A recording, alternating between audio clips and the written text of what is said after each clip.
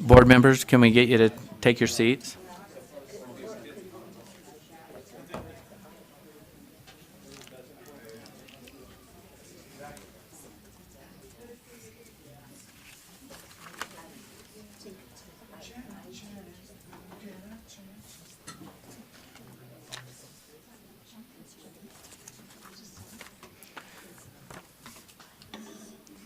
Well, hopefully our communications here is all set up where I can better identify you. Next on our agenda, seemed like we lost some board. No, I think they're still here. Next on our agenda, we have Law and Licensing Committee report, and Chair Bolter, are you prepared?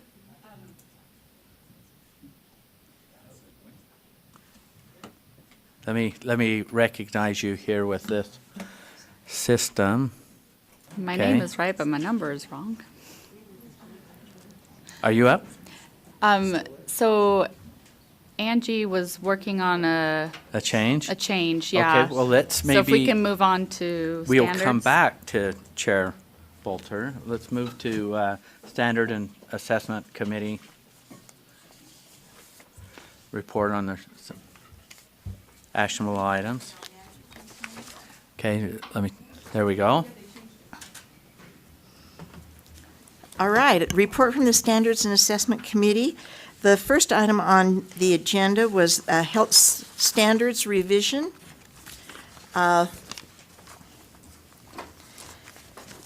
The idea here is we now have some preliminary health standards that have been written. The idea of the motion was to put these forward for a 90-day public input. However, there was not a quorum vote on this in the committee. So this comes to you without a motion from the committee. But as a member of the board, I'm able to make a motion as an individual that we release the health standards for a 90-day public review. Okay, we have a motion, a second. And before we go into the discussion, again, for the sake of everyone that's here, we have committees. In order to move something forward out of a committee, it takes 3 or more votes. In this particular case, it was a 2-to-1, which was still majority, but it's reflected in the minute, or in the report that we have here. So that's why it's not our typical, we're not functioning the way that we typically do here and moving something completely out of the committee. However, there is a motion, because this can happen, from the chair, but board member Cannon, that the board approve the release of the health standards for a 90-day public review, and there is a second. So now we're going into discussion. First will be board member Lisa Cummins. Thank you, Chair Huntsman. Having reviewed the assessments, I have grave concerns that comprehensive sexuality is seeping its way into this with some of the terminology used. And I don't believe that it's ready to be viewed by the public. I also, there are some places that are not consistent with the statute, and I would like to have that corrected as well. So I would, if I could, have an amendment to send this back to committee to have those items looked at and reviewed for more clarification on this standards. I'd appreciate it. That's my motion. So we're either, an amendment will either add something or take something away, but if Okay. we need something to go back, there would Be a separate motion. It would be a motion to So I would refer back to have a motion committee. to refer back to committee. Do you want to amend the motion to release it to go back to committee? Is that a substitute motion then? It's a motion that takes precedence over your motion. Okay. Which is like a postpone or, Yeah. It's just on the motion to committee. It's already Okay. public. What I'm saying is, it's So- for so many things. so it's corrected. we- The law needs to be which, adhered and it does take precedence. So we have a motion to Refer back. refer it back to committee. Is there a second? Second. We have a second. Discussion to that motion to refer to committee, and there's, I'll take them in order here. Board Member Bolter? Now, this is to speak to the motion to take it Right. back to committee.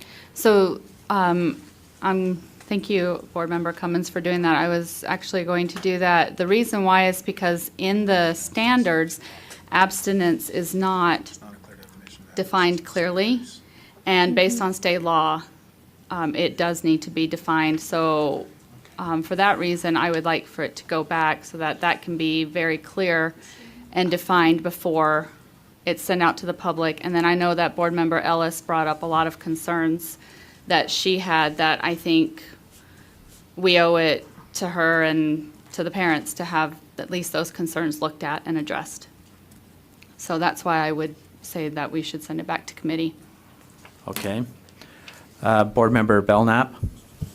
Thank you, Chair. I also would like a couple of things cleaned up. Maybe they're a little bit different. I think it would be really important to understand what a trusted adult is for these kindergarten children and have that be a little more clear. And I did appreciate the other term, argue, that almost is like you want to pit kids against kids, and that just there's a little bit of word cleanup I'd like to see the committee do before we send it out for public review. Okay, so a lot of this advice and recommendations that's coming to speaking again, or in support, I guess, to have it go back to committee needs to be probably inventoried and sent to, be gathered up and sent to Lorraine, and we'll make sure it gets to the committee chair. And that's, I'm not sure if this is probably the best form to pull all of those, everything together, because between now and when it would go back to committee, if this is approved, there might be more to that list. Board Member Lear? Raising hand. And I would speak in favor of passing this health standard out to be considered for public comment. I think there was a good discussion in the committee. There were only 3 of us, but there were a number of people who made public comments. We heard from a number of staff members. I've received a number of emails from people in my committee, from community, and I've received emails from people who are on that committee, and they went to great lengths individually to explain to me the process of the committee, and they came from different perspectives. Some were teachers, one was from the administrator, a high-up administrator in the American Heart Association, and I think this has been well developed at the committee level and at our board committee level. And I think it should go to the public. I think the kinds of wording concerns that Laura expressed could also be addressed with other wording concerns during the public comment period. I think that's completely consistent with the public comment period. And I think we need to bring health standards for young people into the new millennium. And they desperately need updated health standards. I very much trust the work that the staff did on this. They were exhaustive, and I was impressed at the breadth of the working group. So I feel like I speak against Board Member Cummins' motion, and feel like this should go out to the public, and we should start moving this forward. Board Member Warner? I just wanted to know, I had a question for whoever was in charge of this. How often did I can't remember how often the writing committee meet? And Superintendent, would 30 you want to times? call up staff? okay. And then did they address, I just wanted to know if it was to discuss the the comprehensive sex education standards that have warranted some concerns, were those discussed at all or looked at? Or was it basically just updating? Okay. Thanks. Will you state your name, title, and then, Hi, Jody Kaufman. I am the Health and Physical Education Specialist for the State Board of Education. For first question, Board Member Warner, the writing committee did meet over 30 times starting in March and then up until August of this year. As far as, sorry, and then your second question was? Were the comprehensive sex education standards that board members Cummins and Bolter have looked at or referenced, were those discussed or reviewed at all? I didn't reference. Oh, I thought you did. Okay, sorry. Just So- board member Cummins. The content hasn't changed from the current standards in secondary education, which would be middle school and high school, Health 1, Health 2. Some of the wording has changed, which public comment could help gear or drive us to adjust words if needed. No, I just want to know if you reviewed the what did you call them? Comprehensive sex sexual education. So, Yeah, those national we didn't use standards? national standards. We did review them. Okay. But they're not the standards that that the writing team has drafted for you they're Utah standards, and Utah code was looked at extensively. Abstinence is the first part of each. Abstinence is in the definition. Every Utah teacher has to go through law and policy training in order to teach this. And part of that is a question, like how to answer hard questions is part of the training. And abstinence is the answer to every question. So if a student were to ask anything about a disease or a pregnancy, abstinence is the only 100% way to prevent. so I'm trying to follow your question, and you, I got it really answered. good answer. Did you get you got it answered, okay. Vice Chair Brittany Cummins? I'm going to speak against the motion just because I think when we start talking about little tiny words, it's a great opportunity to get the public input on these words to know how are they interpreted as a whole. Because I take argue as almost a literary term of an argumentative essay. You make an argument, which is not the same thing as fighting or arguing.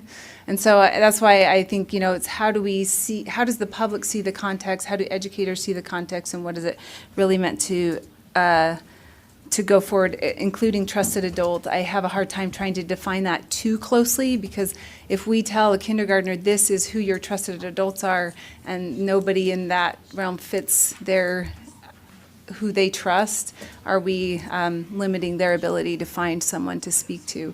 And so I think rather than trying to define little tiny words, send it out for public comment, get the public comment feedback on how do people feel about the words that are being used, how do they interpret it, and then using that feedback to word it in a way that's communicated what we're trying to accomplish. So I'm not supportive of sending this back to committee at this time.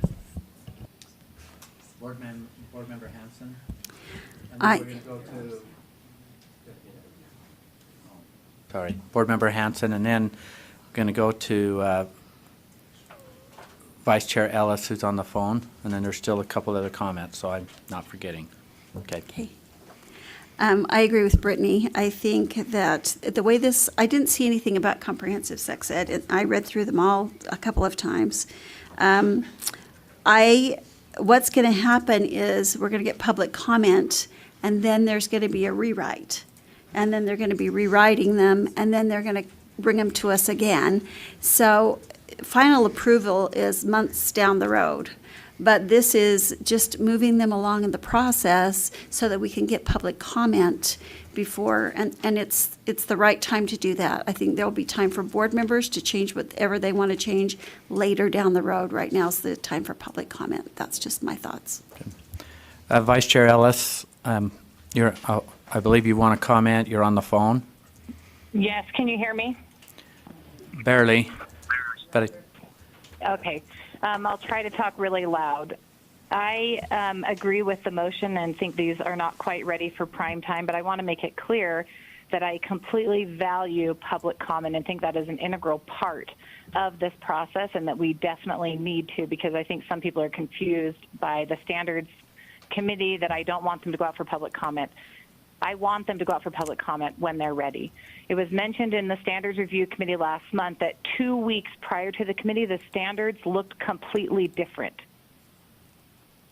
So yes, they spent 30 weeks on or 30 times on these, but if they look completely different 2 weeks prior, I would like to see that draft, and I'd like to know the reasoning behind changing things, because abstinence was clearly defined. It was mentioned in the previous draft. And yes, I understand that there's teacher training and that there's supplemental materials for teachers. Those are not readily available to the public and not widely known. I do believe these need to go back to the writing committee. I would like to see some of the other drafts and their process of why they chose what they ended up choosing. And I agree that there's problems with some of the verbs used at the beginning of the standards, and I'd like to know, it was mentioned in our committee that we have to use a verb to write standards. I don't know that I agree with that, and I would like to have further discussions on that, and I just feel like we need to have those discussions outside of the big board meeting so we can work out some of the details and then send it back when they're ready. Board Member Reevy? I believe these standards should go to public review. We have a process in place. Our elementary school rules, our curriculum is 21 years old, and our secondary is 10 years old. We have so many changes going on in our communities. I think it's irresponsible to not meet the most current needs of our kids, and the community has been begging for us to step up and start addressing some of the problems that are in our school. By creating a better curriculum, we will be addressing some of the needs that have changed in our communities. There's an opioid abuse, there's child abuse increase, and suicide, and also mental health issues that are creating unsafe environments. This needs to be addressed in a timely fashion. We have a process in place. We've done the process to discount what these committees have said and send it back to the committee, our parent committee and our writing committee, and to send it back to our subcommittee is not part of this process that would benefit the timeliness of that this needs to be taken into account. Board Member Lisa Cummins? Thank you, Chair. It is our names that will be on these standards. It is our names that will be held accountable for these standards in the years to come. We have a duty, this is one of our priorities as a board, to make sure that we have the best standards. And what I'm seeing, we don't have the best standards. I research comprehensive sexuality on a daily basis. I get 8 to 10 emails about this and researches on a daily basis. What I am seeing is red flags all over this, and I want to be sure that we have correct definitions, that we watch out for all kids. Otherwise, we are going to set ourselves up for, like other states, with severe problems with our children, with our families, with our parents, with our teachers, and it is going to be a nightmare because our state is a family-based state and we need to uphold that. And so I am asking that as responsible board members that we take hold of this very seriously and make sure that we present the public with the best set of standards even in first draft that we can, and we can add, take away accordingly. And yes, I agree with the writing standards. I'm glad they put the time and effort into this.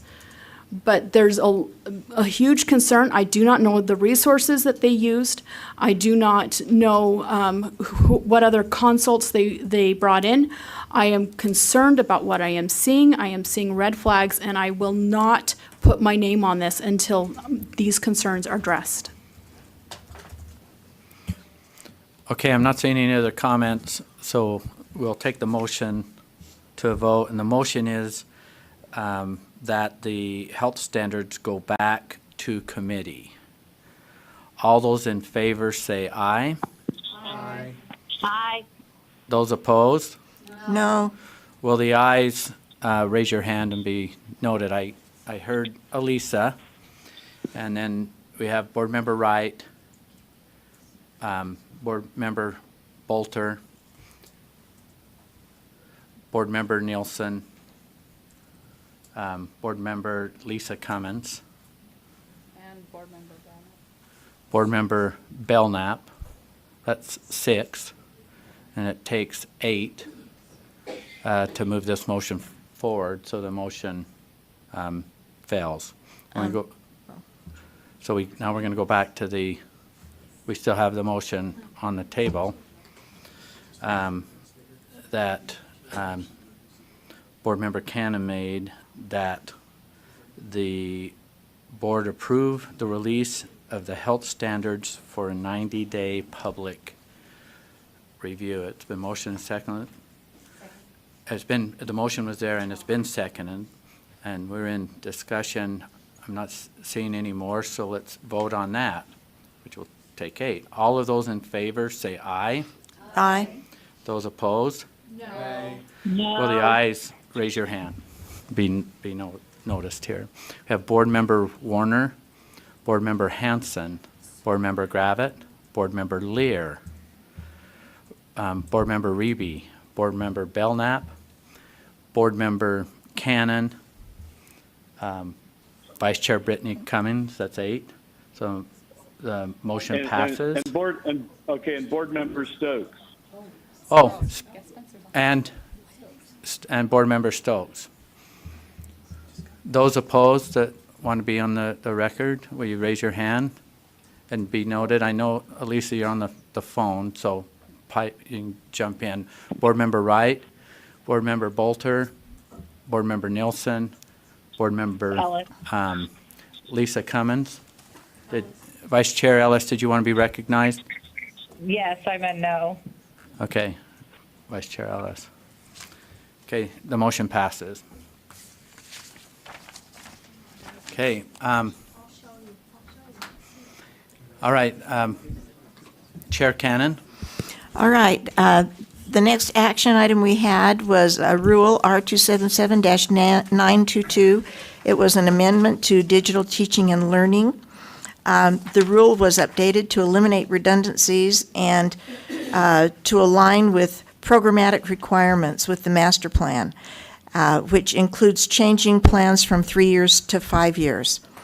So the committee moves that the board approve R277-922 Draft 1 on second and final reading. Okay, the motion before the board is that the board approve R277-922 Draft 1 on second and final reading. Any discussion to that motion? Seeing none, let's vote. All in favor say aye. Aye. Those opposed? Aye. Voting is unanimous. Please continue. Next item was approval of new plans for digital teaching and learning qualified grant. So we're trying to bring everyone in the state and get them a plan for digital teaching and learning in their schools. We have full plans submissions from Bear River Charter School, Greenwood Charter, Freedom Preparatory Academy, Lincoln Academy, Mountain West Montessori Academy, Providence Hall Spectrum Academy, and Vista Academy. And we have planning grants in progress for Leadership Academy of Utah, Park City School District, Real Salt Lake Academy, and Salt Lake Center for Science Education. So the motion from the committee is that we approve the 8 new plan submissions and the 4 planning grant submissions. Okay, the motion before the board is that the board approve the 8 new plan submissions for the 4 planning grant submissions. Discussion to the motion. Board Member Ryan. Oh, sorry. Want to declare a conflict and I'll leave. Okay, Board Member Wright declares conflict and is leaving the room for the vote. Not seeing any other comments, let's vote on the motion, and I'll restate the motion that the board approve the 8 new plan submissions and the 4 planning grant submissions. All those in favor say aye. Aye. Aye. Those opposed? Motion passes unanimously. Okay, can somebody invite Board Member Wright back in? Chair Cannon, please continue. We have another rule, R277-704, financial and economic literacy. This rule will come back to us at a future date with several changes, included updated coding and new things. We need to simply renew this rule and continue it before the due date. So understanding that it will be coming back to us for further amendment, we're just continuing it at this point in time. The committee moves that R277-704 be approved on second and final reading. Okay, one more. How come I'm not seeing it on my, you're seeing what I'm seeing. I'm not seeing, will you restate the motion? The Standards and Assessment Committee moves that the board approve R277-704 on second and final reading. This is for continuation before the due date. Page 5, bottom of Got page it. 5. So the motion before the board is that the board approve R277-704 on second and final reading. Is a continuation need to be included in that? It is just a continuation. Which is a continuation. Any discussion to the motion? Seeing none, let's vote. All in favor, say aye. Aye. Those opposed? Voting is unanimous. Next is R277-404, requirements for assessment of student achievement, an amendment. The committee discussed this, and the committee took an action, which would be to move the board approve R277-404 Draft 1 on second and final reading.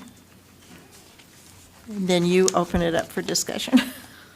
Okay, the motion is that the board approve R277-704 on second and final reading. Discussion, Chair Cannon. Yes, I would like to make a motion that we postpone any action on this item because later today, we will be having a public hearing, and in view that we want to be open to what is presented at the public hearing, that we postpone any action on this until after that public hearing occurs. Okay, so if I can, and you can say yes or no, your motion would be motion to postpone R277-704. 404. Or, excuse me. 404. 404, sorry. R277-404. It's correct. in the Okay, minutes. so we have a motion to postpone. Is there a second? Did I hear a second? Okay, any discussion to the motion? Seeing none. Oh, Vice Chair Brittany Cummins. Just curious if there's any consequences for not taking action on this rule? Is there any timing problems? Okay. And the answer is no. Any other discussion?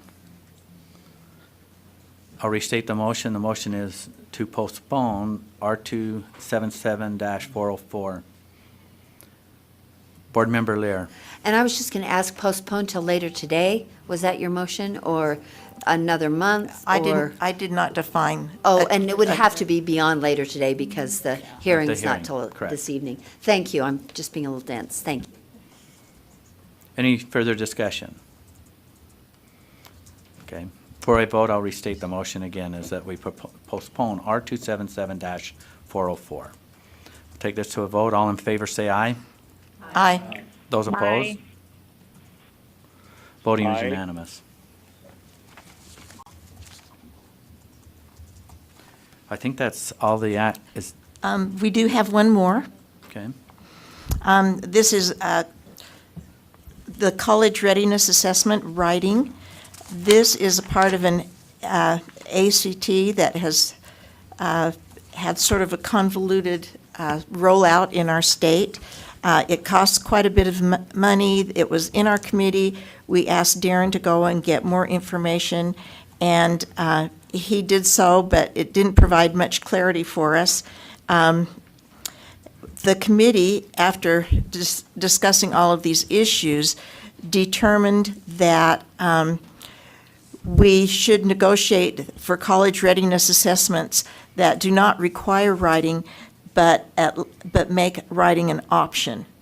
So the committee moves that the board directs staff, when negotiating for the college readiness assessment, to not require the writing portion, or at least to make it optional.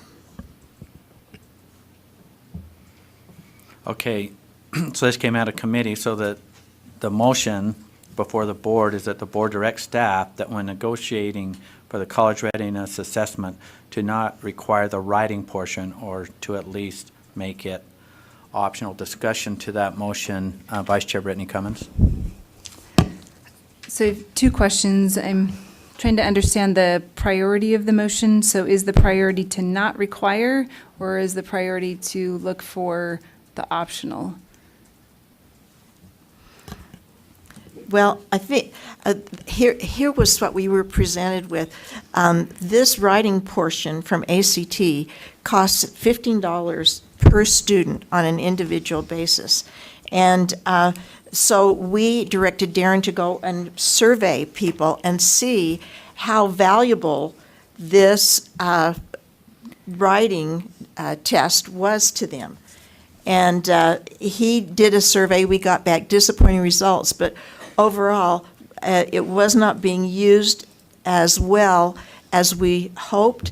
And the committee did feel like, as board members, we want there to be an emphasis on writing skills, and we want our kids to graduate with the ability to write essays and things that they'll need in college.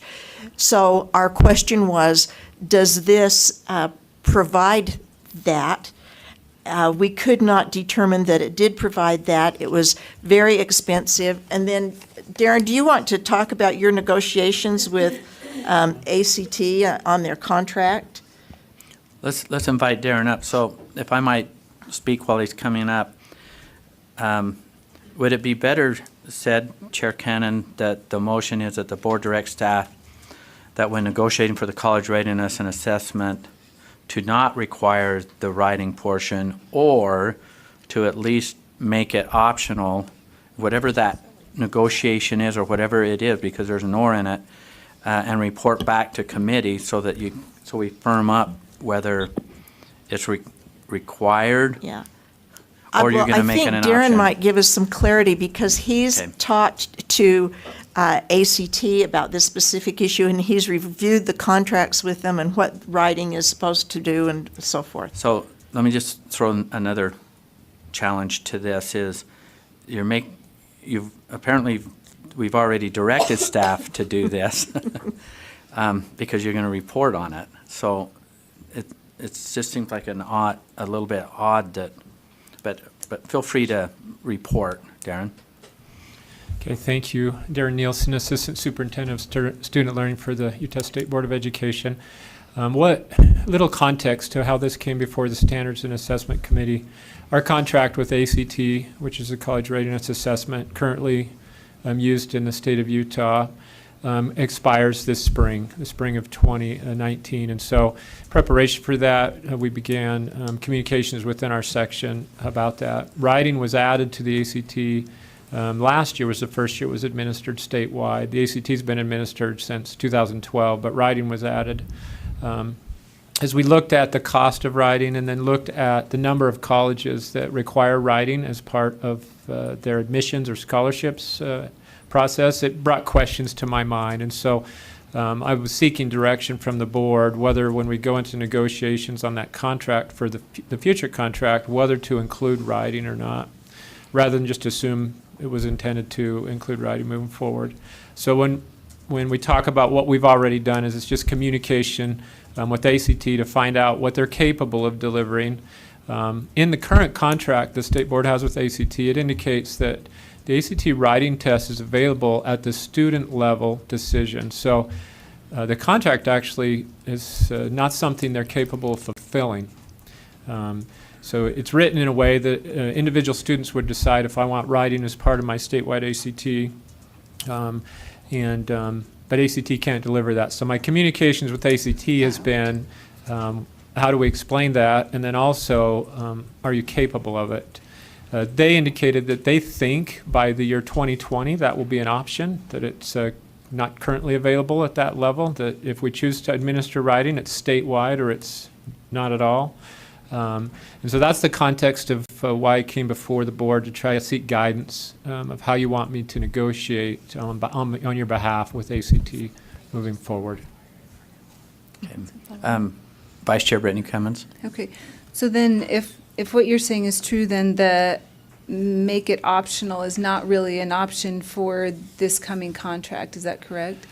It wouldn't be for the first year, potentially. ACT as a company and a business entity would like to make it available for the cost as soon as possible, I think.